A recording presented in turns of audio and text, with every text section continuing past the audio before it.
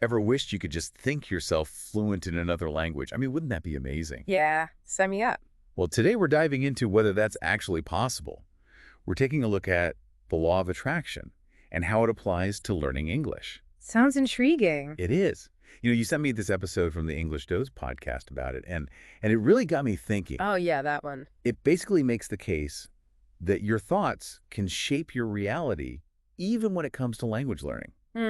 So if you believe you can become fluent, well, you're much more likely to actually achieve it. Yeah, I can definitely see how that could work. It's like almost like a self-fulfilling prophecy kind of thing. Exactly. The podcast even gave this example. They said, if you keep telling yourself things like, ugh, I'm terrible at languages, or I'll never be fluent, guess what? You're probably right. Makes sense. If you believe you're going to fail, you're probably not going to put in as much effort, right? And that lack of effort, well, it just reinforces that negative belief. It's a vicious cycle. Totally. But here's the thing. The podcast also talked about this idea of the mind being like a magnet attracting what we focus on. So does that mean if I just sit here and visualize myself speaking English perfectly, poof, I'll suddenly be fluent? Oh, if only it were that easy. Oh, right. I mean, visualization is definitely helpful. It can motivate you. It can give you a clear goal to work towards, but it's not magic. Yeah. The podcast actually emphasizes this. They say that action is absolutely key. Okay. It's about combining that positive mindset with actual effort, with consistent practice. Yeah. That's how you really make progress. So it's not just about thinking it, it's about doing it too. Exactly. I get it.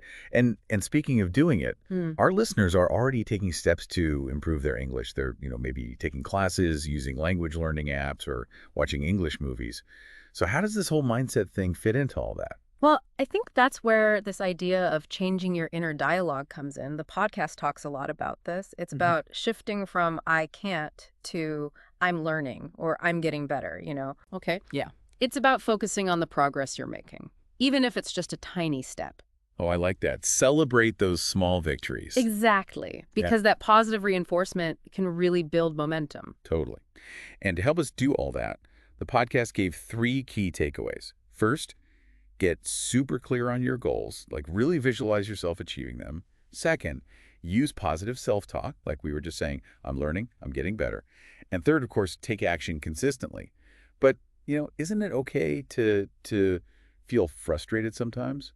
Learning a language can be tough. You're absolutely right. It's completely normal to feel frustrated, especially when you hit those roadblocks. But I think the key here is to reframe those negative emotions. Reframe. Yeah, to see them as signals, not stop signs. Okay. So if you're feeling frustrated, maybe it means you need to switch up your study routine or find a different learning method, or maybe just take a break. It's all about figuring out what works best for you. So true. Yeah. So to wrap things up, if our thoughts really can help us learn English more effectively, what's one limiting belief that you, dear listener, could challenge starting today? Maybe it's something like, I'm too old to learn, or I'm not good at grammar. What if those beliefs are actually holding you back? Food for thought. And while, the law of attraction may not be some magical solution, I think cultivating a positive and growth-oriented mindset can definitely make a big difference. It's like adding a turbo booster to your learning journey. Totally agree.